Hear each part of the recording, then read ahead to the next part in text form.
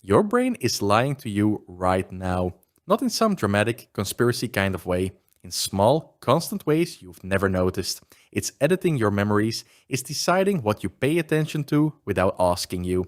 And one of the facts on this list, number 7, explains something about yourself you've probably wondered about your entire life but never had a name for.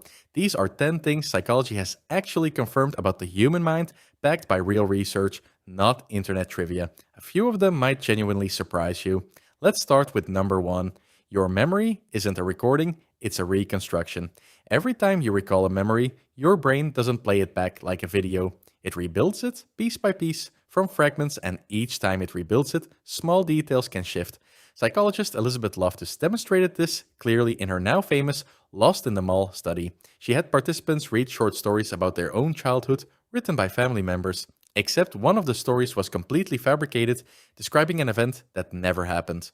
A striking number of participants didn't just believe the fake story, many recalled specific made up details, like what the mall looked like or how scared they felt.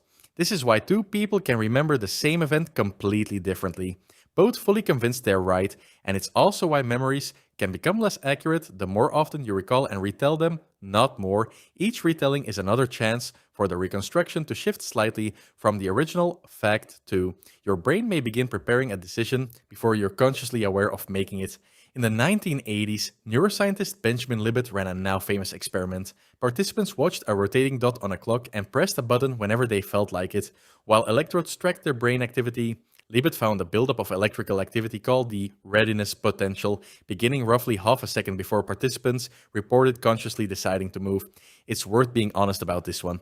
The finding has been debated for decades. Some researchers, like Aaron Schurger, have argued the readiness potential may just reflect random background brain noise rather than an actual unconscious decision being made. The debate isn't fully settled, but even with that caveat, it's a genuinely strange finding that the brain shows measurable activity before you're aware of choosing, regardless of exactly what that activity means.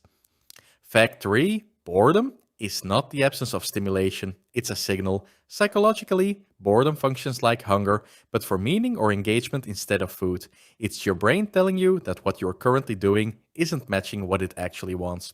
This is part of why people scroll on their phones, even when nothing on the screen is genuinely interesting. It's not entertainment they're chasing, it's relief from that internal signal. Fact 4.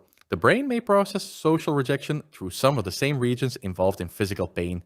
In a landmark 2003 study, UCLA psychologist Naomi Eisenberger had participants play a simple virtual ball tossing game called Cyberball while in an fMRI scanner.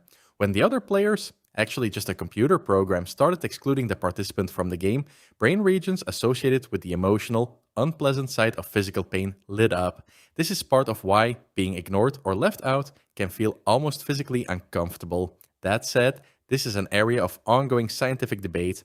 A later larger analysis by other researchers questioned how much these brain regions are truly pain-specific versus responding to surprise or violated expectations in general. The honest version of this fact is rejection clearly activates real measurable distress in the brain. Exactly how closely that maps onto literal physical pain is still being worked out. Fact 5. You can't multitask the way you think you can. What feels like multitasking is almost always rapid switching between tasks, not simultaneous processing. Each switch comes with a small cognitive cost, and research suggests this constant switching can reduce overall efficiency more than focusing on one task at a time.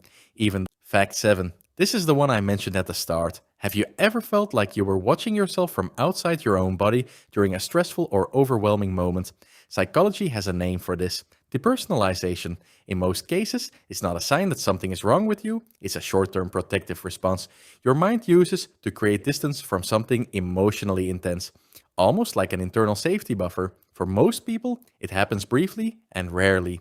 It's one of the most common psychological experiences that almost nobody talks about openly, simply because it's hard to put into words. Fact 8.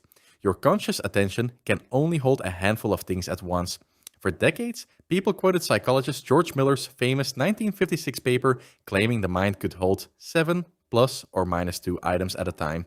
But more recent research by psychologist Nelson Cowan revisited this and found the real number when you control for mental shortcuts like grouping items into chunks is closer to about 4. This is why complex problems feel easier when you write them down or break them into smaller pieces. You're offloading what your limited working memory can't hold on its own. Fact 9. Talking to yourself in the third person can change how you handle stress. Research on self talk has found that referring to yourself by name internally instead of I can create psychological distance from a stressful situation, similar to giving advice to a friend rather than being consumed by the problem yourself.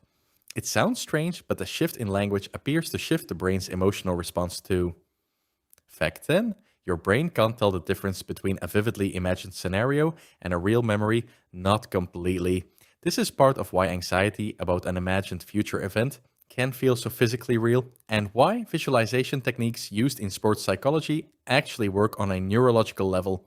To your nervous system, a vividly imagined experience activates many of the same regions as actually living it. 10 facts, all backed by real psychology and all pointing to the same underlying truth. Your mind isn't always working the way you assume it is. And once you understand a little more about how it actually operates, it gets a lot less confusing to live inside of it. If fact number 7 or fact number 2 surprised you, you're not alone. Those are usually the two people mentioned most. If you want more of this calm, science-backed breakdowns of how the mind actually works, subscribe to Still Mind. New videos every week. See you in the next one.